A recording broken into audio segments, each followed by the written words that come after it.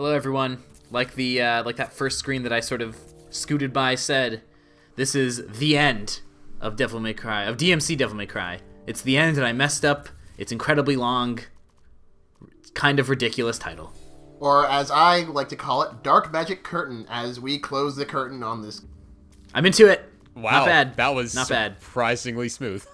Also, Dan, just for your information, Dark Magic Curtain is a Yu-Gi-Oh code. Oh, you got a Yu-Gi-Oh reference in there too. Damn. There was a point in my life where I probably knew that. I have left that point behind. Being 10 was fun. So yeah, here we go. This is an actual level. Also, this is not just like a cutscene. Yeah, I thought this was gonna be like just a series of cutscenes. No, this is real. Actually, I wanted to bring up a quick point that we mentioned last time, a few episodes ago, in regards to sales. Capcom originally said that they weren't happy with how the game didn't catch Eastern gamers' attention, but eventually they were, and apparently there was some miscommunications between the marketing and their game development divisions, which sort of. There we go. Anyhow, there's the heel turn, everyone. Well, we had to know that Virgil's douche moment was coming at some point. Yeah. So close to being a cool guy. So close. What I really like about this is that it's like actually kind of tragic in a way that like they sort of always wanted Virgil to be in the games but never quite could do. And here it's like actually kind of is, because you've actually grown to like kind of like the guy, and you've hung out with him for like several missions, and the bond, the sort of brotherly bond, has really grown between them, kind of thing. And so seeing it break apart is a little bit heartbreaking. Anyhow, Capcom was happy with sales after the fact. But, yeah, Virgil is... I mean, you sort of see it... I don't know, I sort of saw it coming. Like, there was something off about the guy. Like, he had to have a bigger role in this story. I can say that, like, when I saw that Mundus was the last thing, like, when Mundus was, like, number 19, I was like, oh, maybe I'm not gonna have to fight Virgil. But... Wishful thinking. Yeah. You always gotta fight Virgil. In DmC3, you fight Virgil like 3 or 4 times. DmC1, same deal. Does he always play this kind of character? Like, the one who switches sides at the end? Not really. Like, DmC1, you don't know you're fighting him for the whole thing. Like, he's this character called Nilo Angelo. And he's got all this weird armor on and stuff, and you keep encountering him, and you don't really know who he is, and he doesn't talk or anything, and then there's like a reveal later on oh, he's my brother, that I never mentioned or talked about. And then in DmC3 is a prequel, so there is some like dramatic tension in DmC3 because you know that Virgil is eventually going to turn into Nilo Angelo, and like in DmC3, Dante and Virgil sort of already have beef, and then Virgil makes... he actually makes a face turn in that one. He's working with the bad guys and then comes onto your side to destroy the bad guys at the end. But then you still fight him at the end because it's just like, well, guess we got to do this now. He just can't make up his mind. Yeah. It's time to duel. This is pretty tense. Yeah. I love the contrast between like the mood and just like the setting, because like this is the first time we're seeing like actual green grass. Yeah, for sure. It's like sort of New Day Rising, some wreckage, but also like some grass and stuff, and then also we gotta fight. Those quick cuts just made my day.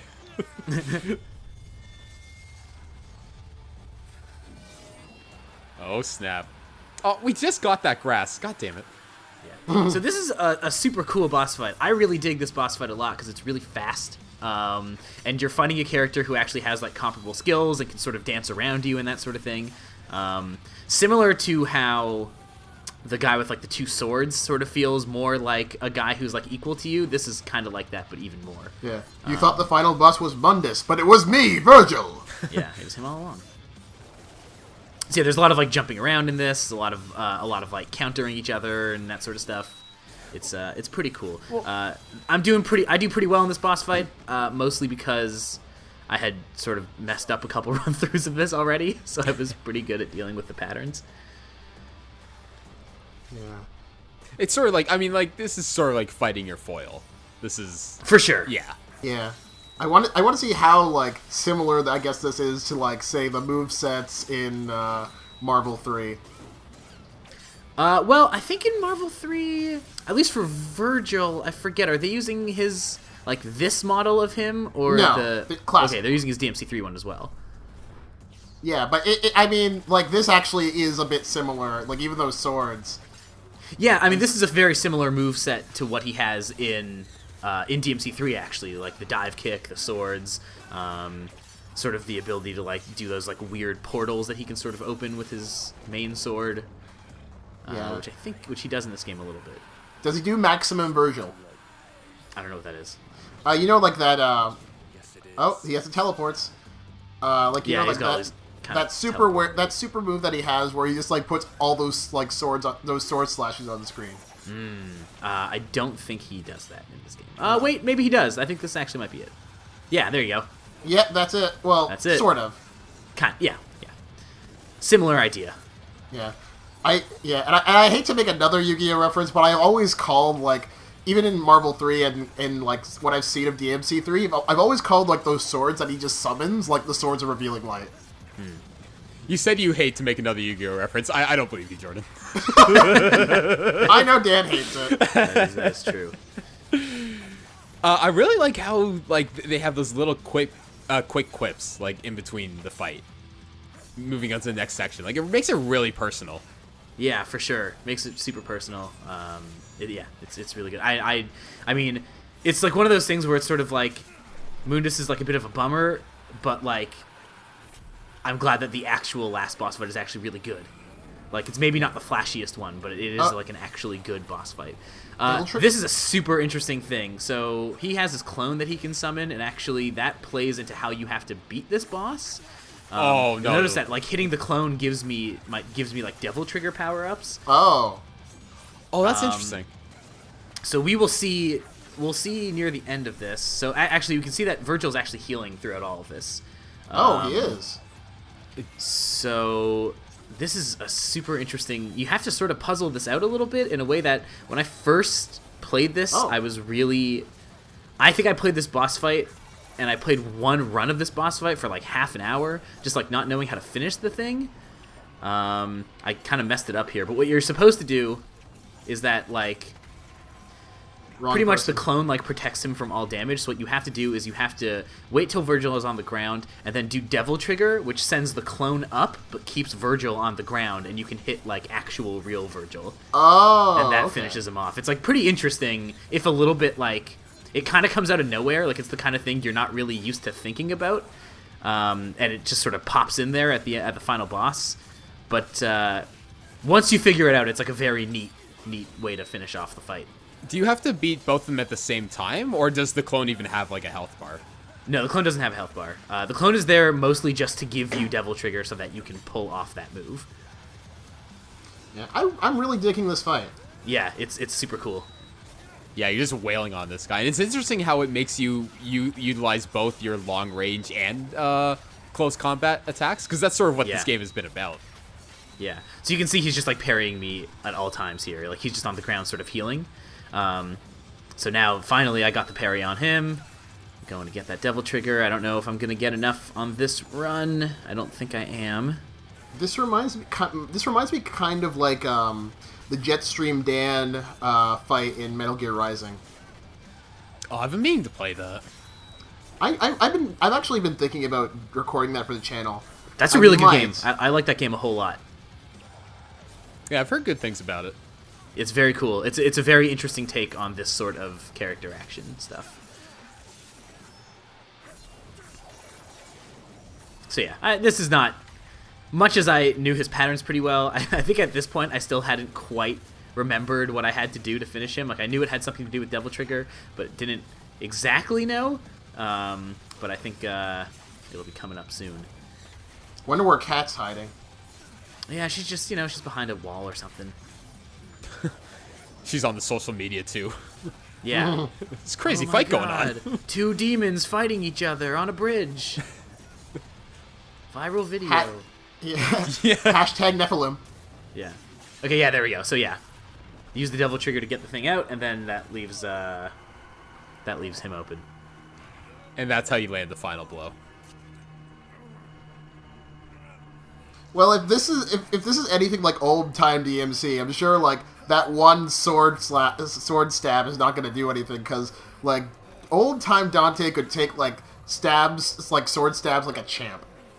Yeah, I mean, he gets stabbed at the beginning of every game just to show you like he can get stabbed and he'll be totally fine. I think the rules don't quite apply here as much. They don't really bring that up. Man, if Virgil uses the Vital Star, I'm going to laugh so hard. I'm surprised like that Virgil doesn't seem to have a devil trigger. Oh yeah, Well, he does. That was I think his clone is his devil trigger. Oh, that would make sense. So, well, his clone. That I think that's just his stand. Yes, JoJo's Bizarre Adventure. Yeah. God, I'm gonna have to watch that. You really do. You really do. So many animes right now, man. So many. I'm working my way through Black Bullet, and that's like 2 years old. Wait, isn't that like the one where like they use children to like kill aliens or something? Yeah, it's great. I recommend it. Oh, this is nice. I've seen the weird scenes from that show. It looks real weird. I'm only a couple episodes in, but oh look, they're even matching hair now. That's Yeah. cute. Oh wait, did Dante keep his? Yeah, Dante keeps his white hair. He went so hard on Devil Trigger that now he just has white hair all the time now. Oh wait, actually, is that what happens? Yeah, no, Oh, for real. Yeah. Wow. You're not human, Dante. You never will be. Okay, he's still standing his ground.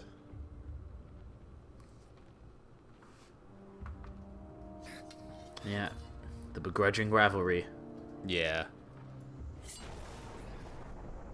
The rivalry begins and ends because this game is probably never getting a sequel. Yeah. Oh wow, they're really setting up the sequel hard though. Wow. They are, for sure. Ah, damn. Yeah, it kind of sucks. I mean, it's the same thing that they did with like Enslaved. Like Enslaved ended on like a huge cliffhanger, and then they didn't make a new Enslaved. Oh which is god, kinda too bad. Enslaved ended on like, God, that was, calling it a cliffhanger is like sugarcoating it. Sure. Well, I think the theory should stop like expecting them to themselves to get another sequel. Yeah. That's too bad. It's too bad. It's really a shame. I mean, they've done okay. I mean, they're ticking along. They have a new game coming out pretty soon. I think next year. And that's Oh? the game, everyone. Wait, is this a tour of Ninja Theories? What? No, but you know what? That's fine, because like the ending didn't overstay its welcome. Like it did exactly For sure. what it intended to do. ZBrush. Yeah, but at the same time though, that was kind of a sudden ending. Like the eyes just flashed red and like for a fraction of a second, and suddenly everything's done. Yeah, Yeah, but and the it's a world's still in good- the shambles. It's a good way to set up. I mean, again, like more set up for sort of like a next one of this thing of like, okay, now Dante doesn't know what his deal is, doesn't know what his Yeah. identity is, and what to do with himself. Like leaves him in this place of uncertainty. Hey, here's Pegasus. Yeah. Yeah, Bill so O'Reilly. over this credit sequence, we get some behind-the-scenes kind of stuff, which is kind of interesting. Yeah, that's cool. But yeah, that's the game, guys. Wow. Nice. How'd you guys dig it? I digged it. Well, I was a bit, I guess, on the fence, sort of, at first, just because, I don't know, there was a few things in the storytelling early on that were kind of iffy, but as the game went on, I really grew to love it. Like, I loved the level design, some of the creatures were actually really cool, and, like, the animations were really great, and, like, the boss fights just were really interesting, except for, like, Mundus. And wow, I'm really liking this like behind-the-scenes animation work. Yeah, it's very cool. Especially even to see like some things that they didn't end up putting in the game. Like there was a point early on where he was doing a bunch of like fancy gun stuff, which is a very like Devil May Cry 2 sort of thing, which didn't make it into this. I remember when the initial like trailer for DMC Devil May Cry that came out, Dante like smoked. And then I think they took that out because it was almost like too obvious for like, we have a cool character and here he is smoking kind of thing. So they sort of took that out, I think, which is kind of interesting. One day I need to I need to find a way to get into mocap. Yeah, that'd be super cool. I mean, the looks like good a lot first of way to fun. do it is to like be a stunt person. Well, I have worked with mocap. I have worked with mocap before at my old job, one time I had to sort of decipher some mocap data, which was really, really neat. I just couldn't really use it for anything, which sucked. For sure. It's hard to use mocap for something that isn't, a super high budget 3D animation project. Not only that, just like this is a translation from format to format. It just gets really weird. Sure. But yeah, Will, what'd you think of it? You know what? I've never played this game myself because it's just not my style. But in terms of the looks, loved it. The aesthetic, it was great. The story was good. By the end of the game, I really felt myself more attached to Dante than I would have expected, especially from the beginning. Like, he really came a long way. I wish we got a little more Kat, because I feel like Kat played a part in that process of Dante sort of evolving. But she was really just sort of behind the scenes for most of the game. Same with Virgil. Like, it would have been nice to see more of him. Yeah, the game sort of moves you from, like, it sort of starts off with Dante and Kat and then moves you to Dante and Virgil. Yeah, and I feel like it's a missed opportunity. Like, yeah, it would have been nice to see more Kat and see how, I mean, not really, because her character is pretty, like, her character's solid, but, in terms of, like, the main character's arc, it would have been nice to see Kat play a bigger part in that. Sure. Yeah, I actually agree. Like, I became more attached to this game, I guess, as we started watching this, than I actually thought I would be, which makes it even sadder that I guess it's not going to get a sequel. Yeah, I mean, never say never, I guess, but I can't see it happening, especially because Capcom is in, like, a pretty weird place these days. Yeah. Yeah. So I will say probably my favorite thing about this game was just, like, the level design. And how it all the levels would start, like, transforming and crushing and extending itself. I really love that. For sure, yeah. The bosses were, I think the bosses were my favorite part, especially, like, Mundus really drove it home. Like, I know you were saying, Dan, like, it wasn't the most, like, great, it wasn't, like, the greatest boss in terms of difficulty or strategy, but just to look, like, the scope of it, like, that's what I want from, like, from a penultimate boss. And then you get Virgil, which is, like, icing on the cake. Sure. Just really, really brings it home. So, before we started doing this, actually, like, halfway done the game, and now I really just want to finish it just so I can get to the Virgil fight, and also beat up Bill O'Reilly, because that was my favorite. That was my favorite boss fight of the game. For sure, I think that's a fairly common sentiment. I mean, there's just, like, something to the way the style, like, changes so drastically, that how it becomes all this, like, weird digital stuff in a game that is, like, that's a lot of, like, organic environments, not just in the way that it's, like, necessarily out in nature, or that it's not in nature, it's a lot of, like, cities and industrial sort of things, but, like, the way those things, like, shift around and stuff, and seeing him go into, like, this stark primary colors sort of digital compression area, I think is a really interesting and very stark contrast to the rest of the game. What do you think overall of the game, Dan? I mean, you've sort of been our eyes and ears into the game, like, the whole thing. But, like, do you think this game is going to, like, stand the test of time? Do you think it's going to be remembered, like, for being, like, standing out as one of the best DMC games? Or I don't know. I mean, I think there is still a segment. I think there is still an attitude in the, like, Devil May Cry community of, like, this not being, like, a real one, or, like, something like stuff like that, which I think is garbage. I really do think this is, if not the best Devil May Cry game, probably the second best out of the 5 that exist. Because honestly, out of those 5 games, like, 2 of them aren't even good. So I really love this game. I actually wrote a comic about this game a couple years ago, which I will maybe link to in the comments here if I remember to do that. Yeah, do it. Yeah, I love this game a lot. I like it on its own merits, as well as a piece of the sort of franchise and where it sits in there. And I really do wish it was sort of the direction for the series.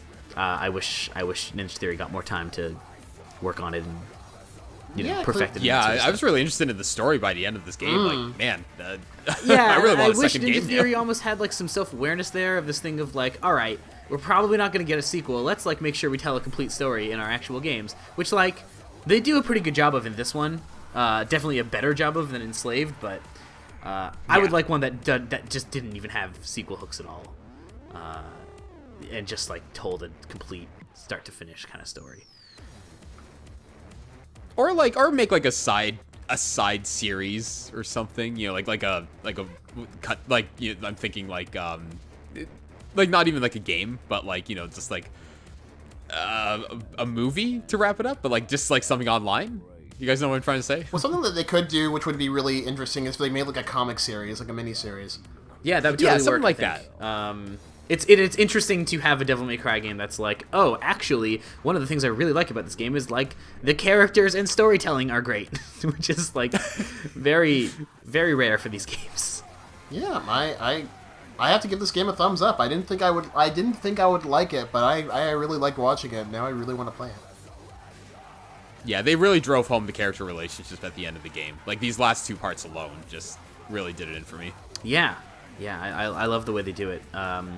There actually is, so there's a Devil May Cry anime that I've never watched that I think is the first Devil May Cry game supposed to be. Yeah. Oh, like an adaptation. Never looked that good, but... Well, I think it was done by Madhouse. Was it?